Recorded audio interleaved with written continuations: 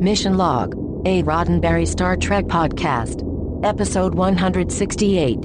Transfigurations.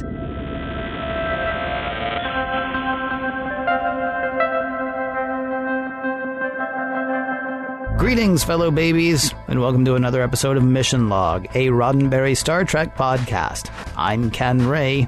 And I'm John Champion. On Mission Log, we talk Trek, Star Trek, examining it for deep meanings and interesting points we can fold into our daily lives. This week, Transfigurations. Oh, you're going to do a magic trick. No. That's the name of the episode. It's Transfigurations. That's a bummer. Yeah, we're an audio show. You could just tell people that you're doing a magic trick. I did a magic trick. Well, I don't think anybody's going to believe it now. I think, though, if you had, like I said, you're going to do a magic trick, and you might have said, "Hey, Ken, watch me pull a rabbit out of my hat."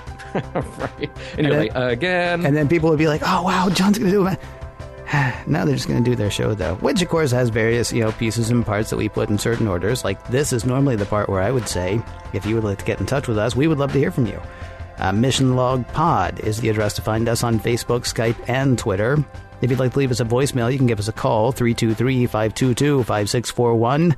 That number again, 323-522-5641. Our email address is missionlog@roddenberry.com. Our show website, including discovered documents, is at missionlogpodcast.com. And please do remember, we may use your comments on an upcoming episode of Mission Log. So if this were a normal show, that's the part of the show where I would say all that stuff. And then this would be the part of the show where John would do trivia. Magic trivia for you, Ken. Today's show was written by René Echeverria, and we remember René from The Offspring, which was his spec script that he wrote for The Next Generation. Michael Piller got in touch with him again. They had a story they weren't entirely sure what to do with, and he was charged with rewriting it. So René got it into shape, and then Piller and the others of the writing staff finalized it. Now, the episode is directed by Tom Benko. Tom is primarily an editor. He worked as an assistant editor on the original Battlestar Galactica, then cut his teeth on shows like Police Squad and MacGyver before moving over to Star Trek The Next Generation, where he started from the beginning with Encounter at Farpoint. This episode marks his professional directorial debut. He wears many hats, so we'll see his name pop up a couple more times in different capacities on Star Trek. That final look at John Doe, the glowing orange thing, so that was a practical effect done with a full body suit and a highly reflective kind of neon color. So when the film was processed, it could get that effect. If you're wondering how that happens, another example of a similar, though not the same effect, can be seen in the Kryptonian costumes in the first Superman movie. Those are done with the material used for movie screens that reflects a lot of light. Now let's talk about guest stars. Julie Warner returns as Geordi's crush, Henshaw. She was introduced in a little episode called Booby Trap. I'm sorry, called what? It's called Booby Trap. Booby Trap. Booby Trap. Doesn't ring a bell. Okay. We talked about her showing up later in shows like Family Law, Nip Tuck, Party of Five, and the Michael J. Fox movie Doc Hollywood. Now we do have a Nurse Temple here, kind of a tip of the hat to Nurse Chapel, played by Patty Tippo. This is her only Star Trek appearance, but she has some great credits in other genre and fan favorite productions. The movie Ed Wood, which is one of my all-time favorites, Mad Men, Iron Giant, Ace Ventura: When Nature Calls, and she was a recurring character on Sledgehammer, our second cop show parody mentioned for this week's trivia. Charles Dennis plays Commander Sunad. That name, by the way, is story editor Richard Danis's name spelled backwards. He's the guy who wrote Deja Q, did the teleplay for, Booby Trap. Really? Yeah, he did. All right. And Charles Dennis was born in Canada, worked as a child actor, and also worked as the youngest drama critic for the Toronto Telegram, starting there at the age of 17. He is a novelist, a playwright, a host, and if that isn't enough, he's got plenty of film and TV credits as an actor, too, starting with an uncredited role in Patton, than shows like Law and Order. Tons of voice work in Star Wars, video games, and animated, and a bit of Star Trek. An appearance in 2001: A Space Travesty, and he will be back for one more on-camera appearance in Star Trek as well. And finally, Mark Lemura as John Doe. Mark has made a number of appearances in soap operas: All My Children, As the World Turns, One Life to Live. And he also shows up in the usual places: Law and Order, just all the Law and Order. There's a bunch of them.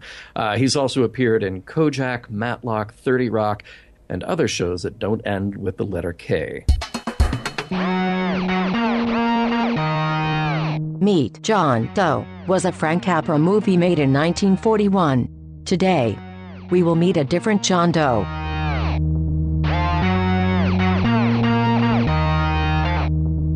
Prologue. The Enterprise is doing some star charting or something. Things are moving kind of slow. And Worf and Geordi are sitting in 10 forward doing what Geordi does, talking over his problems with women. Worf's like, "You gotta be all grrr," to which Geordi replies, "But I'm all squeak, squeak." Interestingly, the woman Geordi is interested in is Christy Henshaw, the one who spurned Geordi's advances in the episode with holodeck Leah Brahms. Only this time she's obviously into Geordi. And he's still blowing it. Do we see a holodeck Christy Henshaw in Geordi's future? This moment of embarrassment suspended due to a call from Commander Riker. Riker, Geordi, Dr. Crusher, and Lieutenant Commander Data are headed down to a planet to check out a one-person wreck. Small ship, fading life signs. On the planet, they find a bloody mess of a guy sort of pinned in the wreckage of the one-man ship. Dr. Crusher says he's too unstable to transport. They'll need to hook up the victim's brain to someone else's brain to sort of stabilize it. Should not cause a problem for Geordi, who volunteers. And it doesn't really cause a problem, though he does take a sort of energy jolt to the forehead when the link is made. He says he's fine, and Dr. Crusher beams them up to sickbay as we head to the opening credits. Act 1. Beverly is in sickbay, med-teching the med-tech. It's like teching the tech, but with living things. On the bridge, Riker tells Picard that it looks like what they found is an escape pod. A quick survey of the space around the planet shows, evidence of phaser fire and debris of what could be a larger ship from which the pod escaped. Riker says all they found of the ship was this weird piece of machinery, small enough to fit in one hand. I guess he's not counting the escape pod as technology they found. Data says it'll take time to figure out what it is and what it does, and he'll get on that. Back in sickbay, Geordi has been cleared to return to duty. Nothing negative in his bioscan. Geordi says he could have told the doctor that. He feels great. Also doing great is the guy they found on the planet. Crusher says she never thought he would survive this long. She tells Picard that the guy has amazing recuperative powers. His body is repairing itself at a phenomenal rate. All of his cells are regenerating, mutating, even the ones that weren't damaged in whatever happened. In 10 forward, Geordi, Data, and Worf are talking over the mystery tech on which Data is supposed to be working. Well, Geordi and Data are. Worf is annoyed. They're supposed to be relaxing. Geordi argues that he is relaxing. In fact, he's never felt better, but hello, is that Christy Henshaw glancing Geordi's way? In the blink of an eye, Geordi has invited himself on Christy's stroll through the Arboretum. Worf takes credit for Geordi's sudden success with the lady. In sickbay, the alien, we're calling him John Doe now, is doing remarkably. Within 36 hours, all of his systems have regenerated. And he's awake. And he's talking. He thanks Beverly for saving his life. Now, just one question. Who am I? Act 2. John Doe's recovery is going exceedingly well. He's about 6 weeks ahead of where Dr. Crusher thought he'd be at this point. It'll take him a bit of time to get good at walking again, though. He's been mostly immobile for about a month. He toddles about sickbay a bit. Learning motor control will take some time. In the meantime, he tells Captain Picard that he's still got the amnesia thing going. His memories begin the moment he woke up in sickbay. He has no memory of the escape pod, nor of the bigger ship from which he apparently escaped. There is one concern. He gets these sharp pains now and again. Nothing to do with the injuries, though. Dr. Crusher believes it's something to do with the genetic mutation she spotted earlier. In the turbo lift, Geordi and Christy Henshaw are making out. She leaves, Riker enters, and notes the budding relationship. Geordi says he's felt kind of awesome for the past month. Something sure has changed. Riker says what's changed is Geordi. And Geordi agrees. In sickbay, Transporter Chief O'Brien comes in, clutching his arm. He's dislocated his shoulder on the holodeck. Dr. Crusher goes to get the medical equipment to make it all better, though while she's gone, John Doe tells O'Brien that everything will be fine. Then he lays a hand on the injured shoulder and makes it all better. Not only is the pain gone, but Dr. Crusher's tricorder indicates that the injury is completely healed. John says he doesn't know what he did. It was just instinct.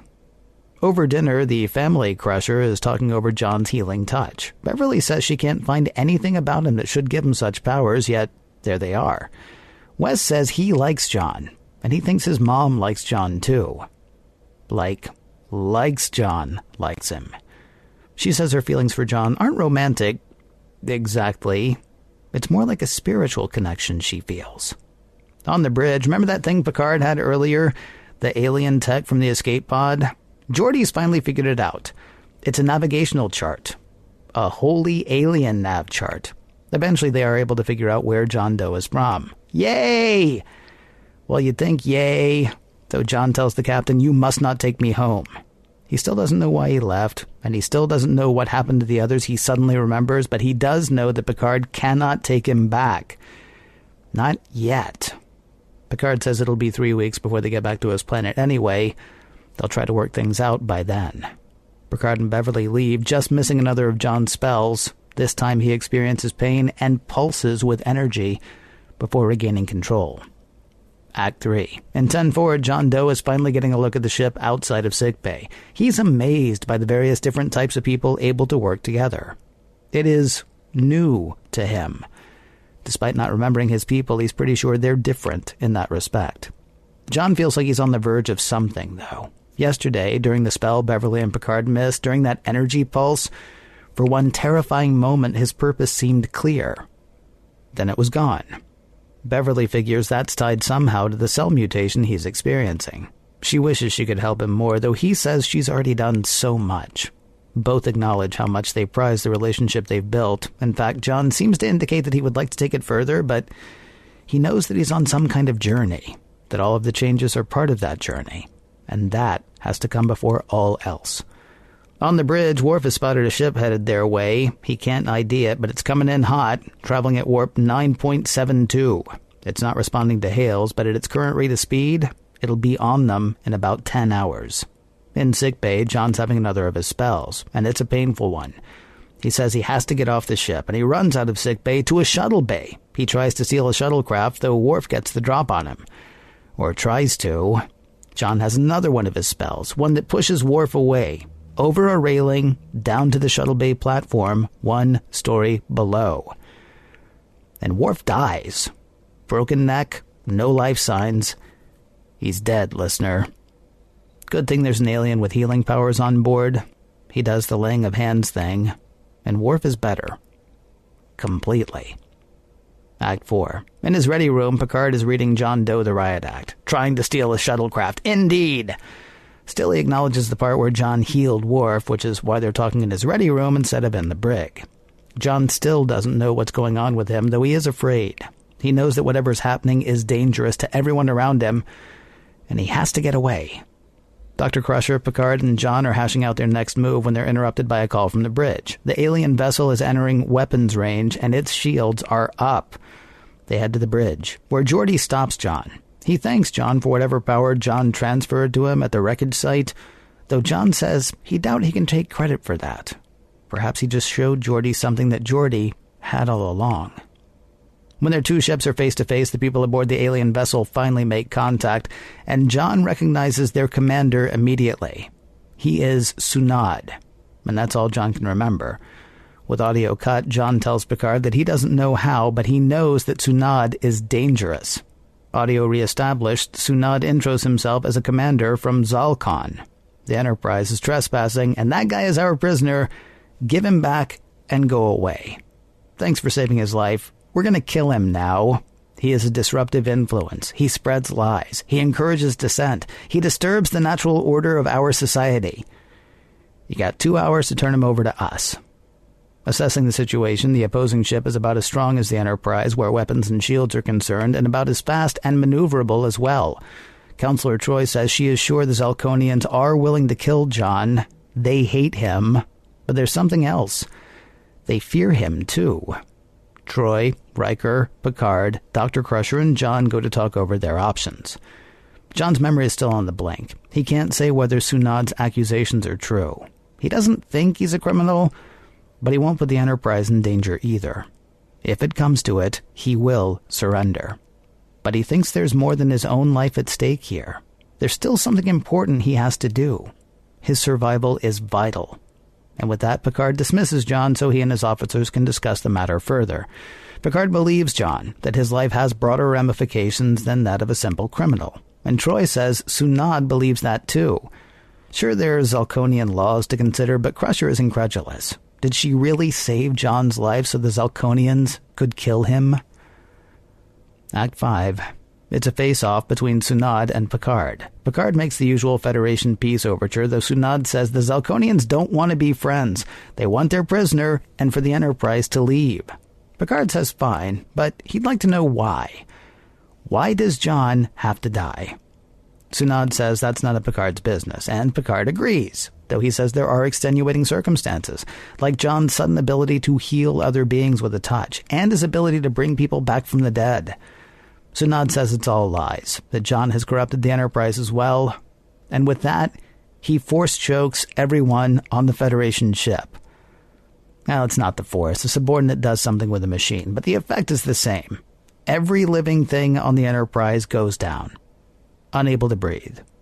Every living thing, that is, except John. He heals Beverly with a touch. He heals a guy in a corridor with a touch. Then he heals everyone on the Enterprise by touching a control panel. And now he remembers who and what he is. He and Beverly hit the bridge in time to hear Sunad order the ship to fire on the Enterprise. That order is sort of belayed by John waving his hand and instantly transporting Sunad from his bridge to Picard's. Sunad tells Picard to kill John. He is dangerous! Though John says that's not true. John, as it happens, is the next step in Zalconian evolution. His people are on the verge of a transmutation beyond the physical, and he'll be the first to go. The authorities saw the transmutants as a threat to society and killed them when they could, telling them and anyone else that the changes were harmful, a disease. John says they were terrified of something they couldn't understand. And with that, John is transformed. He is energy. He is light. He offers to show Sunad the way, though Sunad says, "Don't touch me." "Fine," says John, "but others will follow now that you cannot stop me." Then John sends Sunad back to his ship, which beats a hasty retreat. John thanks the crew of the Enterprise for all that they've done, though Picard says the honor was theirs, to have witnessed the emergence of a new life form. John expresses particular gratitude for Beverly's help, and particular sorrow at leaving her. Then he's gone. The end.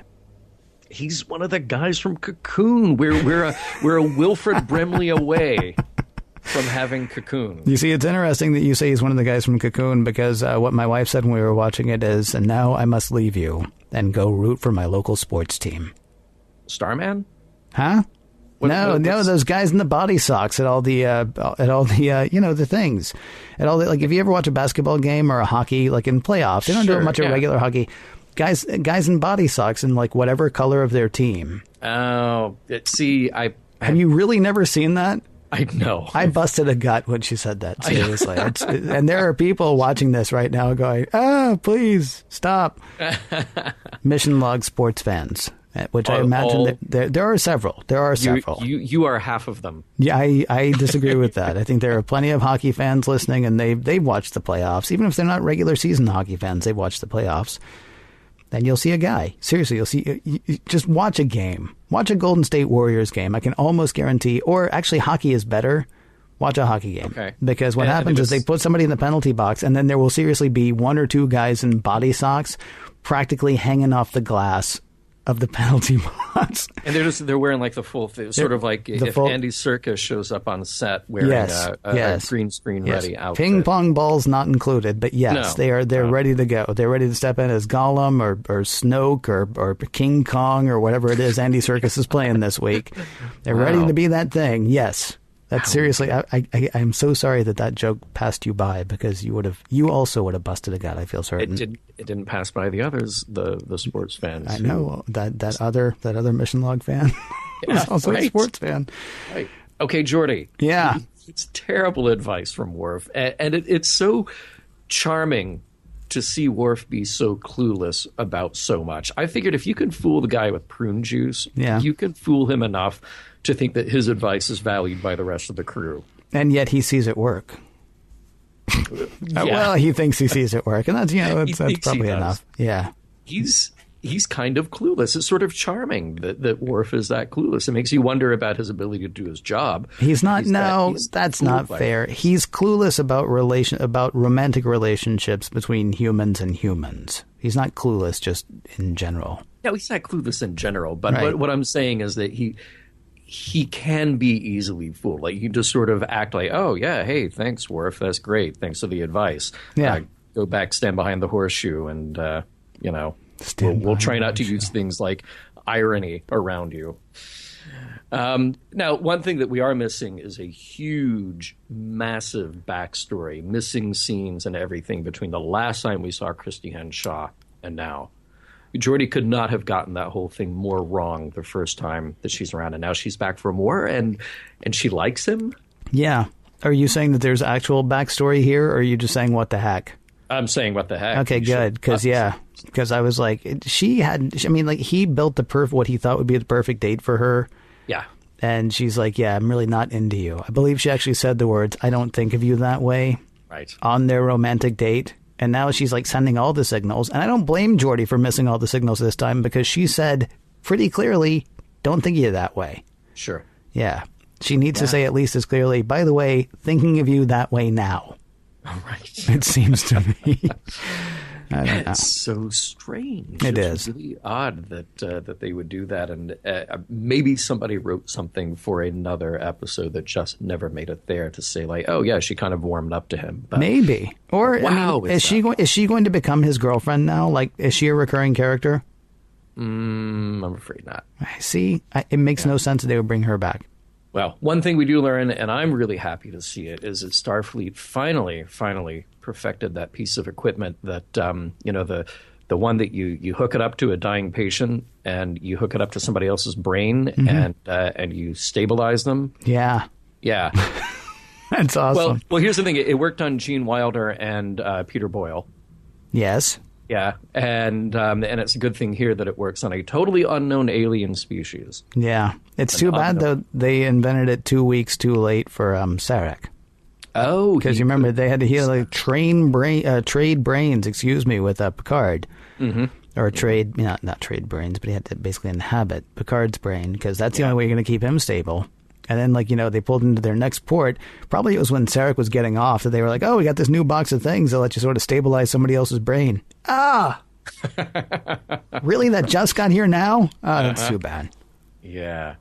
The scenes in sickbay, though, they are good, particularly the opening of the show. There's lots of tension. There's a fast pace. And, the guy's arm is just gone and it's cryogenically preserved until they can get it back on him. The makeup is gruesome and wonderful. I didn't realize he was an alien. We were down on the ship, actually. I thought it was just that his face had been turned into, sausage by whatever happened to him.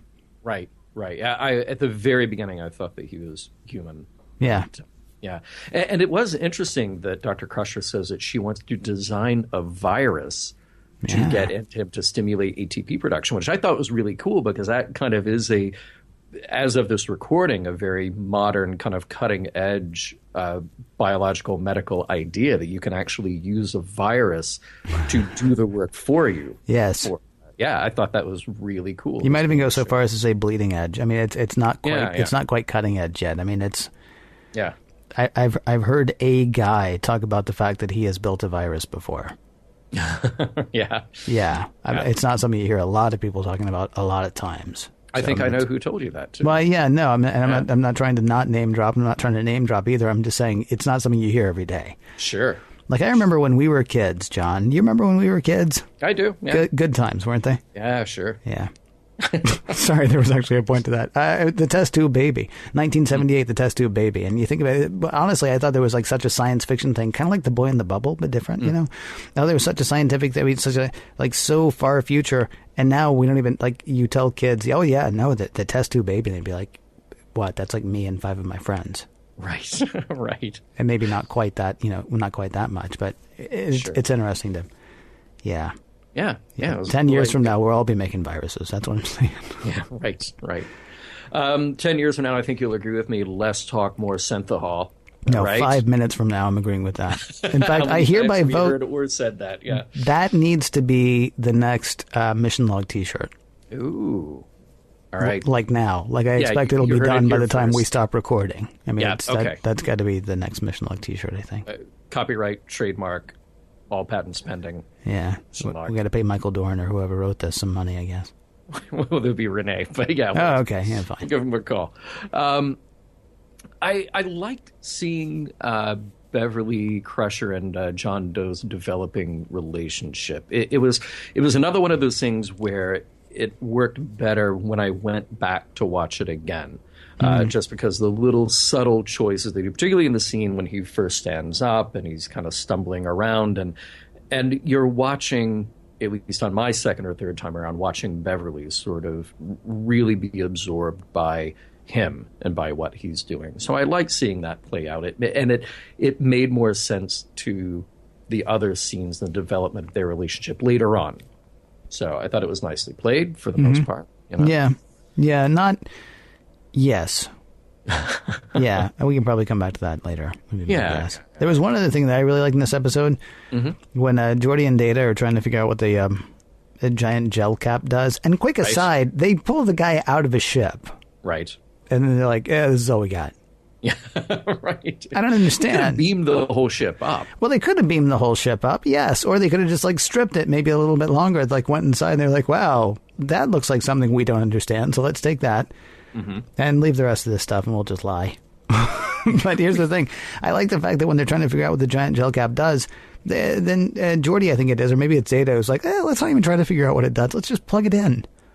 Let's just plug it in and see what it does. And I'm kind of like, that's a little nutty. That's a little on the edge, but I kind of like it. I like that. I like that idea. Yeah. Well, and for all the things that they have, like say, hooking up Geordi's brain to an alien brain, or being able to beam over to a 1,000-year-old ship and just download logs, you would think that that's one of those things. Like, hey, if we had that ship, we just hook up a computer, a tricorder, or whatever, and we'll get some info. It seems like with a device like this, you ought to just be able to take it into the holodeck, toss it in, close the door, see what happens. Say go. Exactly. Just go. That's right. Computer, run magic transmutation figuration program 5. It was a neat idea that little piece of equipment is the data is encoded on a cellular level. That was just kind of a neat idea. And again, like the idea of using a virus to stimulate ATP production, one of those kind of bleeding edge future technologies. It's sort of a throwaway in the script, but 25 years later, you go, oh, wow, this could be a thing one day. Now, there was entirely too much talking about it when they were sitting at 10 forward. And I know that was the joke, of course. But then there's even more talking about it when they're actually there at the bridge station and they just tech the heck out of the tech. And did you like the use of the term med-teching? The med tech, I loved that. Yeah. Bravo. Well, it wasn't. I assume that wasn't me. Somebody else has to have thought of that at some point. No, but it's well done. And I tell you what, if anybody's hiring for a new Star Trek, then they need to look no further than the med tech. Hold on a second. Is there going to be a new Star Trek? We can talk about that some other time. Yeah. Chief O'Brien kayaking again. We might see more of that, letting you know now. The dude should not do things that cause physical injury. Particularly not over and over again. And maybe I thought it was just the sadness of standing alone in the transporter room all day. Maybe his way of getting attention, that, hey, nobody's coming in here to beam anywhere, so I'll go get hurt on the holodeck, and then I'll have some human interaction. You think he's hurting himself on purpose, really? Maybe not on purpose, but the silver lining around that cloud is that humans will talk to him other than just him standing sad and alone. See, I'm not sure that could be it, though, because if Geordi has taught us anything, it's easy to make friends on the holodeck.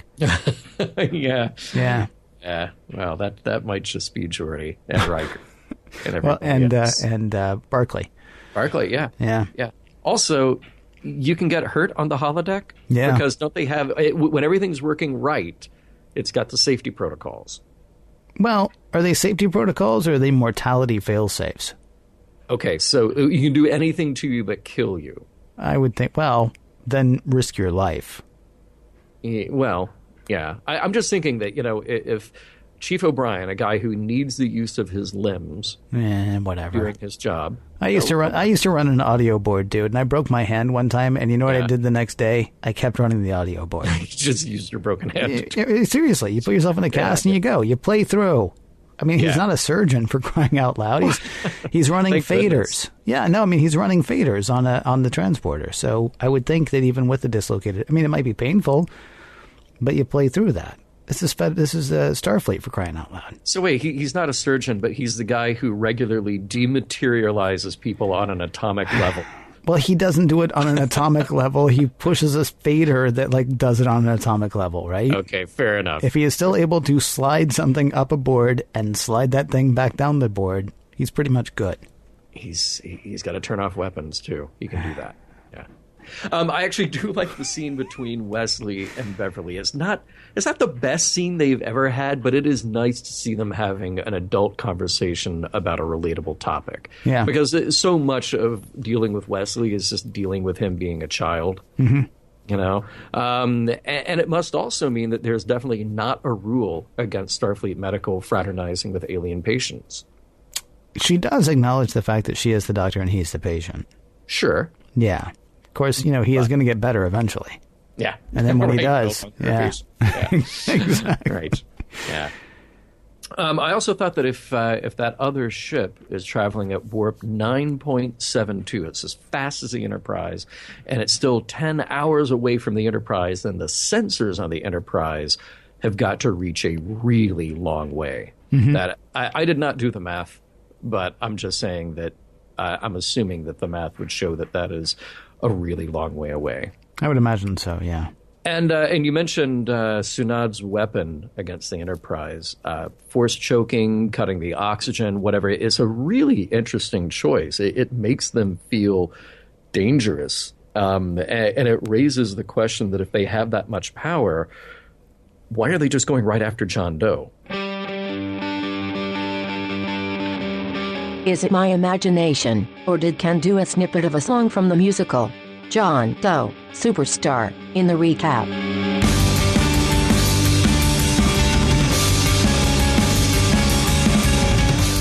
So, what if John Doe is a symbolic step in human evolution? Mm-hmm. And I phrase it like that because, again, if Star Trek's not real, if aliens in the Star Trek sense aren't real, then we have to look at this and say, okay, well, they represent something about humanity, some aspect about humanity. And then we ask, well, what are his qualities? He becomes a glowing, shiny energy thing.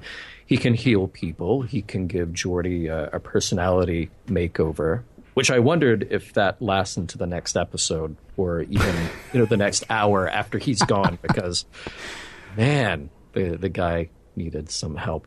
Can he do this on his own people?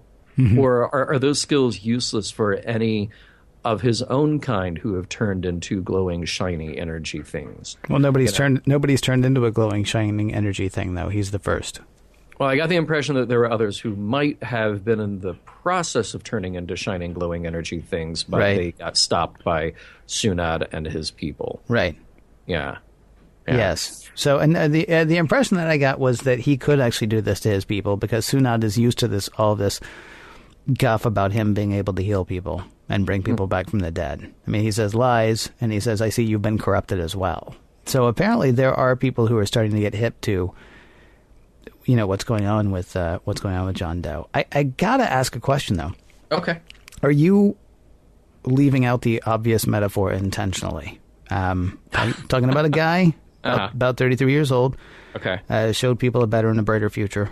Mm-hmm. I am, of course, referring to Superman. Yeah, first son of Krypton. Except when I'm not joking or referencing the Zack Snyder Superman movie. Yeah. I'm referring to Jesus.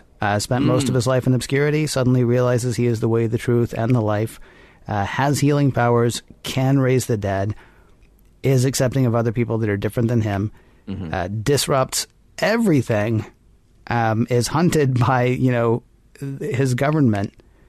Is this something that you're skipping intentionally? How dare you, Ken Ray? How dare you? What do you mean? Accuse me of skipping that intentionally. No, I really kind of struggled with that question and that idea. This is one of the rare instances when I watched an episode, and I'm not going to spoil my final thoughts on it, but I was kind of ambivalent about it. And I thought, maybe if I read some other comments that people had, maybe that will not influence my take on it, but at least add some depth to my take on it.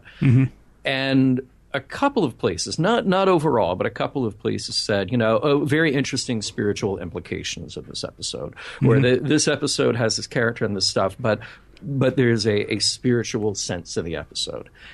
And I thought, okay, I get the parallel. I get the idea of the physical things that this character does, that he heals people, he's a threat to his government, he's different.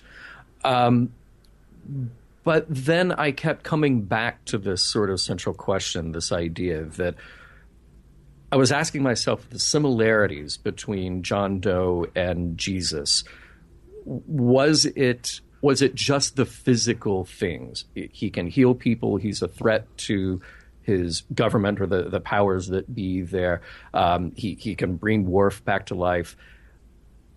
But were we at any point asked to accept him as a spiritual or religious leader?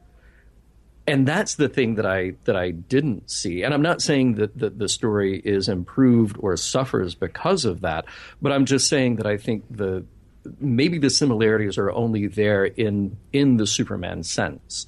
Again, the Superman, we're not asking of anybody that Superman is to be worshipped or have a religion built around. Not that we might not see that in an upcoming Superman movie. But when you're left at the very end of the episode and you've got John Doe on the bridge with Picard and with Beverly and with the others, it comes back to this sort of naturalistic, explainable thing. Here is a being. We know what evolution is. This is a link, a step into the next stage of evolution for these people. And these are the properties that step has. Those properties are that the physical being is different. Those properties are that, at least as far as humans are concerned, he can heal. And that's that. We're not asking anybody in the Enterprise to worship him or to build a philosophy around him, even if you remove kind of the religious aspect of it. Yeah, except I don't think Jesus was asking people to worship him either. I think a lot of people have built a religion. I think a lot of people have built a lot of worship around Jesus. But and I totally agree with you there. What I'm saying is, when the episode ends, when we fade to black and we go away, I don't know that we're supposed to come away with it. The idea that either any of Sunad's people or anybody at the Enterprise is going, wow, that guy was incredible. I'm going to write down everything that he said and turn that into a holy book. Oh, well, I mean, again, I don't believe that was Jesus' goal. I don't think he was looking for anybody to turn every word that he said into a holy book. I think he was trying to show people a different way to do stuff. Sure, right. Sure, that's what John Doe has said that he's going to do now. He's going to go back to his planet and do that. He's not trying to convert, Picard. He's not trying to convert Beverly. Although you could argue that I think that the kind of conversion that he would be looking for from his own people is the kind of thing that the Enterprise is already doing. At its best, it's what we do. At its best, it's what the Federation does. They saw this thing that was different, and rather than wanting to, kill it with a stick, we said, hey, neat, you're doing this thing, and you're kind of cool, and thanks for, saving that guy that you killed, and stuff like that, right? Thanks for healing these people, and what's going on with you is really awesome. Yeah. And he says he's going to go back and do that with his people. I mean, he does not smite Sunad. This is not sinners at the hand of an angry God at this point. And he's basically attained godlike powers among his people at this point as well. He does not then smite Sunad. He says, hey, you want to be cool too? And Sunad says, I don't want to be cool. And he's like, okay, well, fine. There are going to be other people who are going to want to be cool, and so I'm going to go talk to them. Yeah. And I think forget the basilicas, forget the meet at this time and dress this way and do this thing. Yeah. I mean, just the hey, let's be groovy. I mean, one of the things that John Doe seemed most impressed by was the fact that all of these different kinds of people were getting along and working together on the Enterprise. That they weren't being driven by their fear of, the other thing. And that strikes me as, if you'll forgive my use of the terminology, the most groovy part of the Jesus stuff is like, hey, you know what you should do? Love people. Oh, yeah. Okay, interesting. Let me write that down. I do get it. I mean, believe me, I really understand, and I get what you're saying. I grok where you're going with this, man. I really do. Okay. I also think that it is impossible, or darn near impossible, to extract the Jesus story from the religion that has built around. I mean, you were talking about one of the major religions for the last couple millennia on Earth. So what was more interesting to me was that at the very end of the episode, I love Picard's line, "We're privileged to have been present at the emergence of a new species." Because that's a pretty great Star Trek thing to say, and I'm glad we've got that in there. Not Picard getting down on his knees saying, you're the son of God, or whatever the case may be, but wow, this is what we do. We go out and we seek and we explore and we find new things and we treat those new things respectfully. Yeah. And thank you for your time here. And that's really it. That's really the end of it. Now, what are the implications for the rest of the people from John Doe's planet, for Sunad? You would think that if more people are turning into this, and okay, if you want to bring it back to the Jesus story, are more people able to be kind to each other, to not want to propagate what is apparently a totalitarian government, all these negative aspects of that, then great. But are they also going to turn into energy beings that have the ability to heal and fly around in space?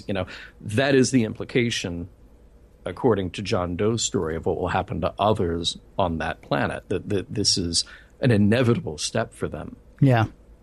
That is not something that we expect out of people on the Enterprise. Well, this will likely really upset people, but I guess I'm kind of okay with it. I always sort of assume that in the theology that includes Jesus, that Jesus was allegory, and I don't mean he was an allegory. Maybe he was a guy, maybe he wasn't. I'm not, whatever. But I always sort of assume that Jesus was like an allegory, that God sent Jesus to say, all right, look, if I were going to be one of you guys, this is how I'd do it.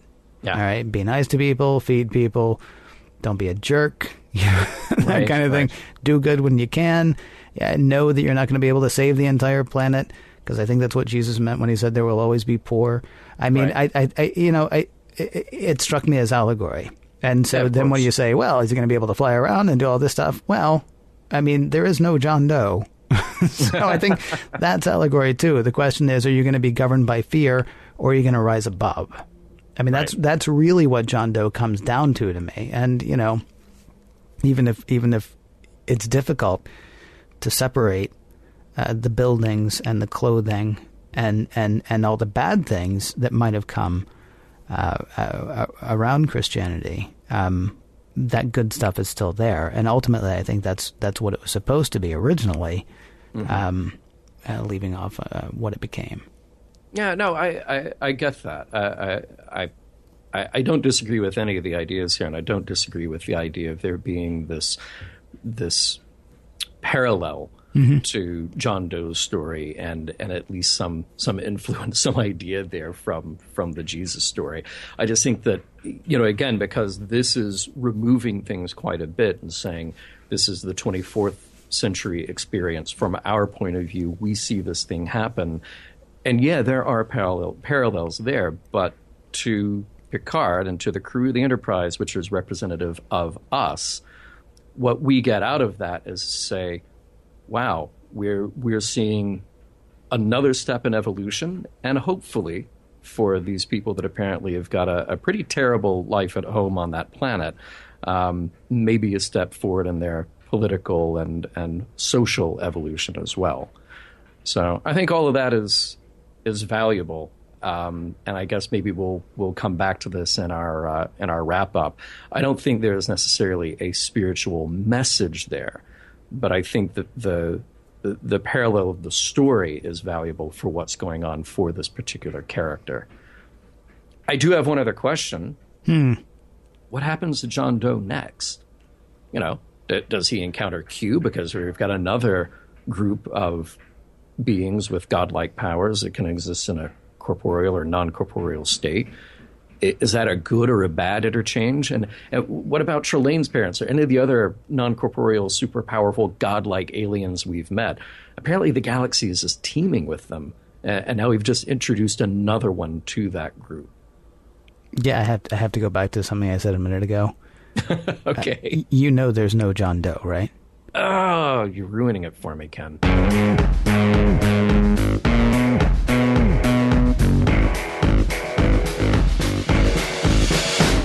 After that last segment, am I the only one with the song by the band The Enemy playing through their memory circuits?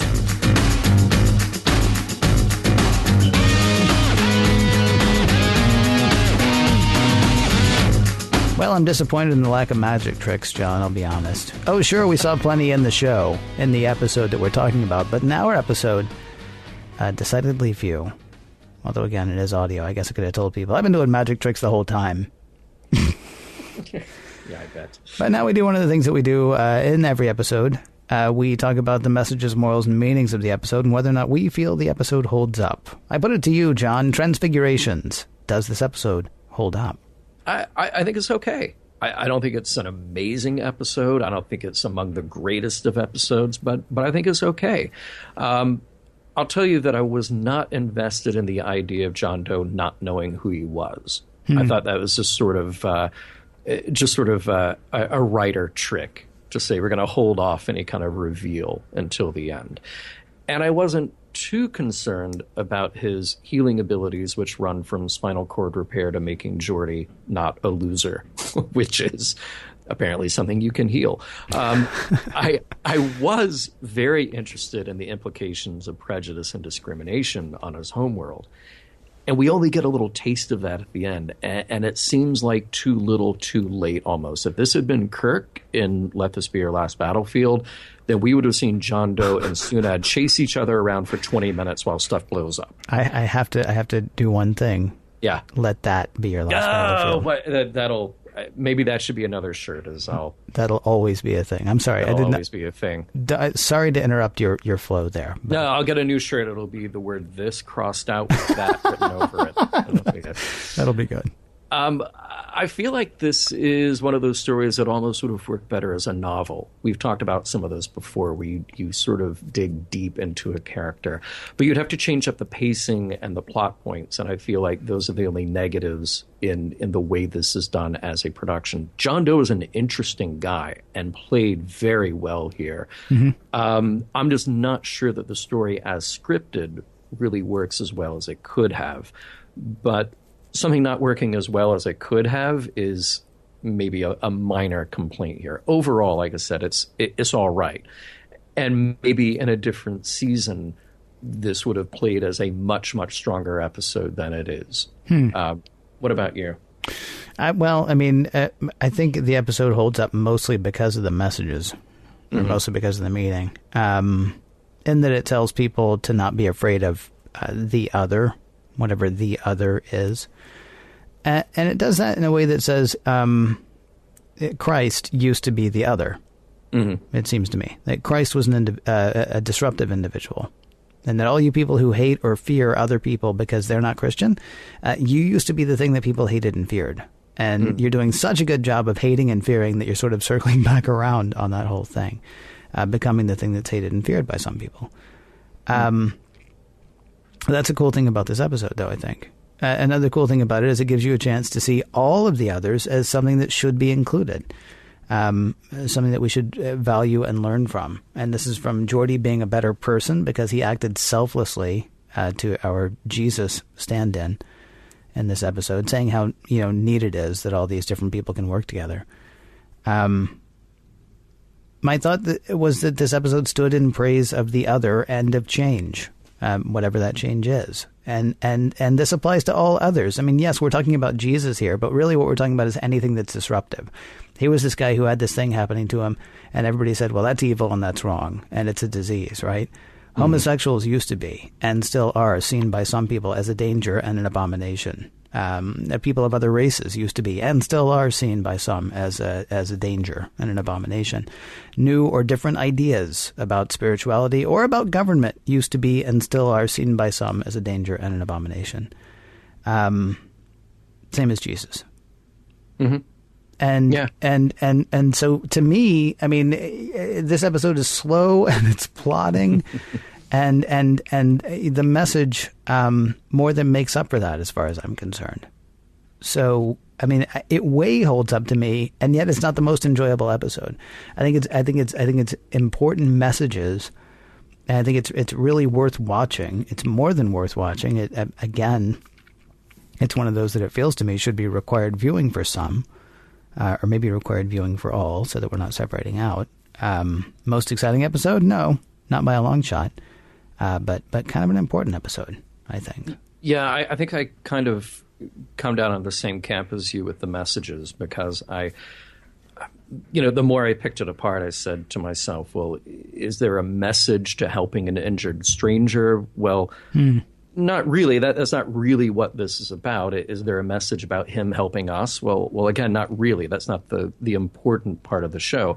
But the ending made me think of recent political controversies which have been couched in this same question, which is, what side of history will you be on? You said exactly that, we've had politics about race and about sexual orientation, and slowly but surely there is this drive toward a more accepting and more diverse political and social landscape.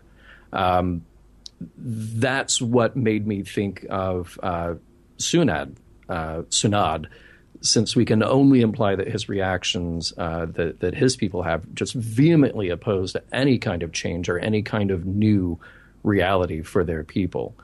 So, I think that message is there about acceptance, and that's also why I thought about let that be your last battle.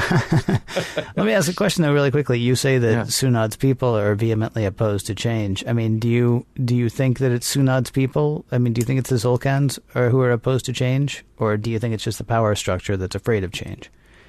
Because it sounds like they're telling people. It sounds like they know ahead of other people what's going on with John Doe, and people like him, and so they're just spreading lies. They're saying, this is a disease, this is evil, this is going to be harmful to everyone. Yeah, you may have heard that he can heal people. Yeah, you may have heard he can raise the dead. But really it's bad, so we need to kill him. I mean, do you think it's the people, or do you think it's the power structure that's protecting the power structure? That's an interesting question. I think either way, the story could work either way. Well, the story could work either way, except it's a very different story. If it's all the people wanting to kill John Doe, then he's just a martyr. Yeah. He's under the impression that he's going to go back, and that there are people waiting for his message now. If he's just going to go back to die, he might as well let Sunad kill him, or Sunad, or however we're pronouncing it. I can't remember anymore. Right. He might as well just let them kill him, right? He's under the impression that he's going to be able to lead his people to something higher, and not through worship of him, but through emulation. I mean, by being like him, basically. Yeah. He's going to be able to elevate his entire society. I don't get the sense that everybody is waiting for him to come back so they can stone him. No. But I mean, all that we're given about the Sulkans is what we have on that ship. And what we have on that ship is wholly represented by Sunad.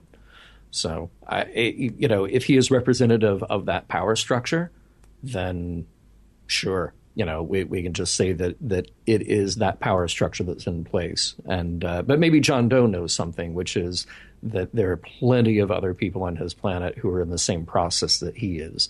And well, he actually did say, "You won't be able. And now that you can't stop me, other people will follow." Yeah. So I mean, we're given to understand stuff about their society from both sides, not just from the one. Right. Yeah. It'll happen. All right. And does all that hold up? Yeah.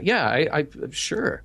Absolutely. What about you? Yeah. I mean, again, if we're boiling what John Doe is down to saying, be better, be accepting of others, and other people will follow that eventually. I mean, I sure hope that's the case. I mean, a lot of times the headlines that we read today, as you and I record this, don't necessarily make you think so, but yeah, I'd like to think so. I mean, if you talk about world religions, most of them are not based on hit the other with a stick. Most of them are based on, hey, wouldn't it be groovy if?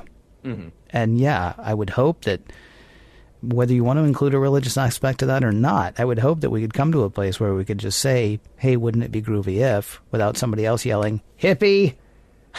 You know, so yeah, if that's ultimately what the message is, then yes, I would say ultimately the message stands. I just, hope it gets to. Excellent. Mission Log is produced by Roddenberry Entertainment. Executive producer Rod Roddenberry. For more, please visit roddenberry.com. A whole lot of information for you there, including the Roddenberry Foundation, more Roddenberry Entertainment projects, and a great shop. For more exciting Star Trek podcasts, check out Trek FM, that's trek.fm. And for the latest in Star Trek news and discussion, be sure to visit trekmovie.com. I'm completely fishmulled here. It seems like just yesterday we were saying goodbye to Dr. Catherine Pulaski. Mm-hmm. Next week, we say goodbye to Season 3 of Next Gen with the best of both worlds.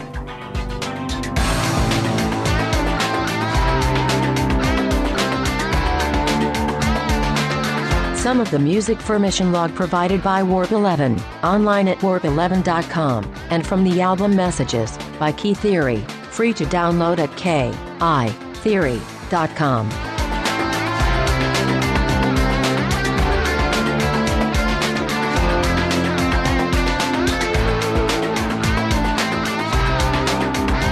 While John Doe may ride a UFO, I am fairly certain he did not build my hot rod. End transmission.